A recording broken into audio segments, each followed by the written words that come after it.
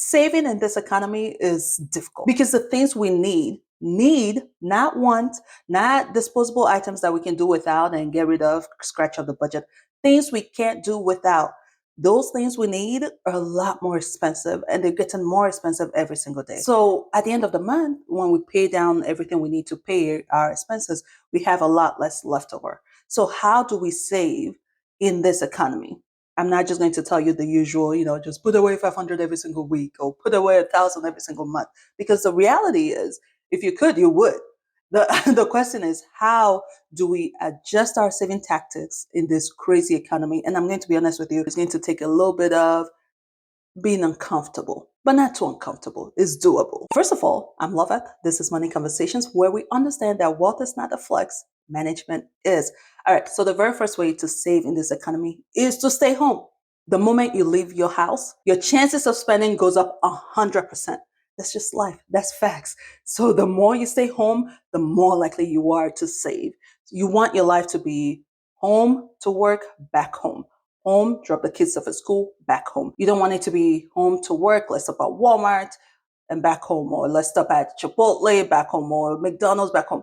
Every time you detour from the mundane of home, work, back, you are about to spend money. And listen, our expenses every month, what leads us to overspend or what leads us to eat up our paychecks every single month, aren't these massive purchases or huge expenses.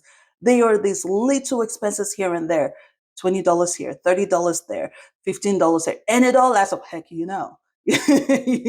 when you look at your bank statement or your credit card statement every single month, how many things on there are $150 or $200? Our biggest trap during the week is food.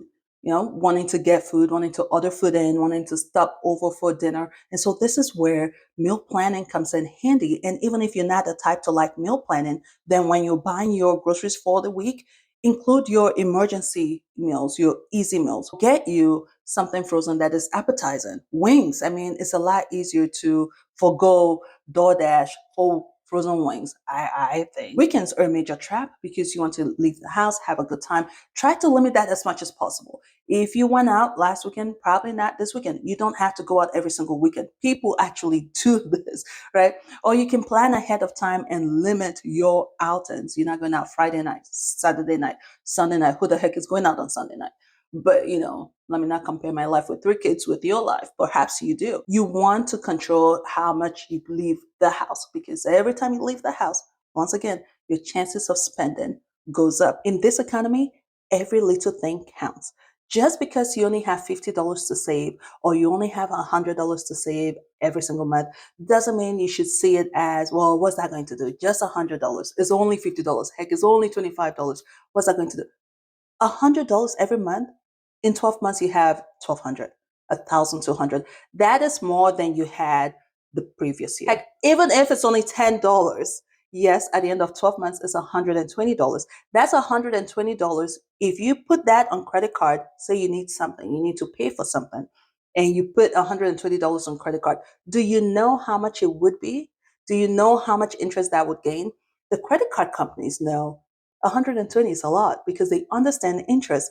Well, make it work for you. $120 alone in savings is $120 you're not putting on credit card. And listen, when you keep the habit of saving whatever it is you can, it's a muscle. The more you work it, the more active you are. Right now, it's only $10 as time goes on because you're in the habit of not diminishing saving, the behavior of saving, the behavior of understanding that something has to be put away. You're only going to do more when you get more. Here's one way that I have started treating savings like an expense. Use the 10% rule. No matter what you're getting paid, save 10%. So if you're working a restaurant shift and you get $50 in tips, save $5. That's the 10% rule. If you watch somebody's dogs this weekend and somebody's paying you $100 to watch the dogs over the weekend, save $10. I couldn't say it any better. I love how she has made saving seem doable, because sometimes when we think of saving, especially in this economy, it seems like something, this huge tax, and we have to save this huge amount. But saving is relative to your income. So if you have, like she said, set up, I'm going to save 10% of what I bring in or 10% of my disposable income, because sometimes it's hard to go by what you bring in, depending on what your bill is. Well, with what you have left over, how much of that can you save? You start where you are and keep yourself accountable to what you said you would do. Set up automatic transfers so that every single month, auto transfer that amount to your savings account. I see you getting a lot of value from this video. Don't forget to hit the thumbs up. It really helps me out. It helps grow the channel, and it also tells me this is a type of content you want to see more of, and I'll keep you coming, right? Thank you. Let's get back to the video. Delete the food apps. Delete them, delete them. That is a major trap for a lot of us because at the moment we are hungry, and once we're hungry, this isn't working anymore. This, our stomach, that's what I'm pointing. I'm pointing to my stomach. The stomach isn't working anymore. The stomach is what is working instead of this. And at that point, forget saving. You're hungry. You just want to eat. It's been a rough day. It's been a busy day. Kids are depending on you. Everybody's asking mommy, where's the food? Mommy, I'm hungry. And the last thing you want to do is get in the car. My house right now is far from anywhere we can order anything. And that I know has saved me money because Lovett is too cheap to pay the delivery. I don't even do delivery because when I think of how much I'm paying for delivery, and then now we are far away from stuff. So that I know saves me money. Do the same thing with the apps on your phone, the DoorDash, the Uber Eats, the whatever you use. Can you tell I don't usually order food? I don't have any on my phone. Whatever it is, delete them. Delete them. It will save you a lot of money. Remember, in this economy, it's the potholes of spending that we're covering up. You do not want to spend 1 week's worth of groceries on one meal. It doesn't make sense. That math doesn't make sense. But you know, when you're hungry and you're frustrated and you're busy, then it starts making sense. Don't do it. Delete that. The next is selective affordability. That doesn't make sense. I was just trying to think of a concise and fancy way to title this next one, and I couldn't. So I know it doesn't make sense. But the point is, everything else is expensive. Groceries expensive, everything is expensive, plus tariff and whatnot. Things are expensive. So you want to go the cheaper route in areas where it doesn't matter, or areas that don't matter much to you, that you don't really care. I'm rediscovering dollar store because it seems like they have a lot more better selection now than they used to. So I went in there and I was surprised to find really good body wash in there. I mean, the packaging, the bottles look just like what I would see at Walmart or Burlington or Target. You know, they look good. So I decided to give it a try. And it's the same. Now, with body wash, I'm not that picky or selective. I just need my body wash to do two things: clean me and not leave a thin film on my skin. That's disgusting, right? That's it. Now, my moisturizer and makeup, that's a different story. So I got the one from Dollar Store and it worked. $1.25 compared to what I get at Walmart for what, $4, $6, $7 sometimes. So what items could you do okay with the cheaper option than the brand name or what you usually buy? So maybe take a stroll down Dollar Store, take a stroll down Aldi. Is it out of your comfort zone that you have to shop at Aldi and Walmart or Dollar Store and Walmart? Yeah, but that's what we have to do in this economy. We do not have the what's the word? The fill in the blank of just shopping at one store and saving. This economy is calling for being a little bit uncomfortable. And if your income says that's what you have to do, then that's what we have to do. If I can throw in one more way to save in this economy is up here, mindset. Now I know I'm not going to belittle how difficult it is to save when the money is tight. I'm not going to, but when the mindset is feeling heavy because it feels like you've already lost without starting, it's going to be hard.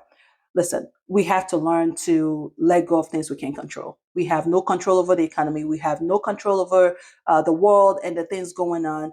So find a way to let go of that.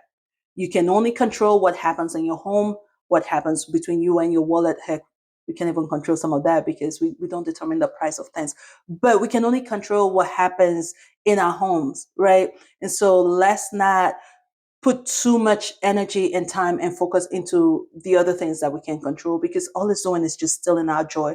I'm not saying we're going to just hide under the rock and pretend like all is well. What I mean is try to remember, you worry, things are still as they are. You don't worry, things are still as they are. So why worry, right? it's hard, but try as much as you can to feed yourself things that make life fun, or things that don't go spending to make life fun.